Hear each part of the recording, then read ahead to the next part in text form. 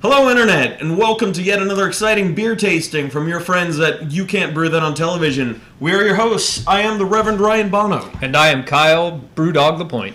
And tonight, we're going to be tasting McCarthy's Bane from Knee Deep Brewing Company, Lincoln, California. I was fortunate enough actually to stop in on this brewing operation. It's a really well done operation in a restaurant that does not sell the beer that they brew there.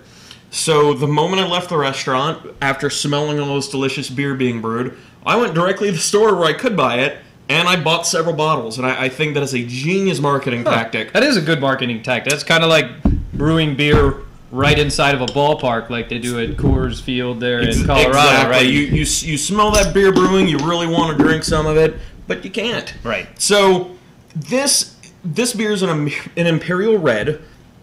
And right off the bat, I'll tell you there are a couple things that tell me that this is going to be an enjoyable beer.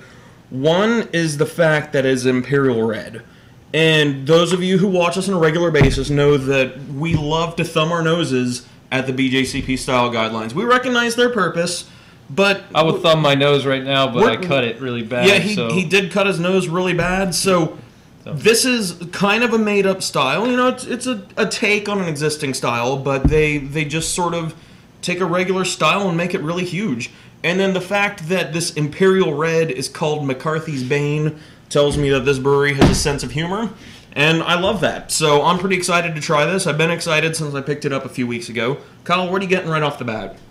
You know, two of my favorite things to get in a red or even a big red like this, I love the pine cone. Yeah, I could smell that as I was pouring from like 6 inches away. I could smell that piney hop. Yeah, it's amazing. It's one of my favorite things to have in a beer that has that complex caramel. I think the pininess goes with it, and you can smell the caramel. I mean, you really can. Yeah. It comes through. The maltiness is definitely a back note to the hops themselves, but this is early in the pour, so we're getting most of the hops coming out first. Well, and that malt complexity really follows through into the palate. This is a very complex beer. There's a lot going on in this malt bill. Oh yeah, you know, and that's something else that I didn't really catch in the nose until it started to die back a little bit. But you definitely, when you taste it right off the bat, you get biscuit. You get that. The biscuit is definitely there. That toasted biscuit, man, it just comes in and kicks you. And the caramel is actually more of a back note, but the piney hops are there. The bitterness is there. It's not overpoweringly bitter. Yeah, so from your knowledge of Imperial Red, let's rate this as an Imperial Red, and then let's rate this as a beer. Okay. As an Imperial Red, it's basically supposed to be a bigger version of just an American red ale, like you might get at Bell's. Right. So what do you think? Yeah, it definitely goes bigger in every aspect, and you know, the more I drink it, the more I taste some of the lingering bitterness. I just think it's well done.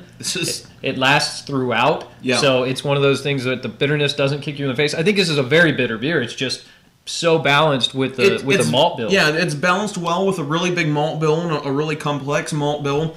And I got to tell you, I love this beer. I really do too. This is one of the better tastings we've done in a while. I'm ready to give this 4 legs up out of 4. You know, I'm gonna do the same thing and give it 4 legs up.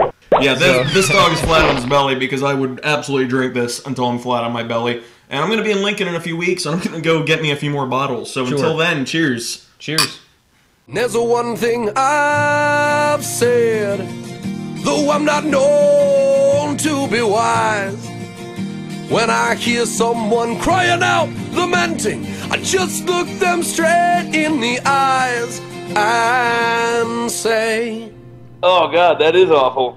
Oh, you're not the only one who ever came up from nothing, Lord, and you're not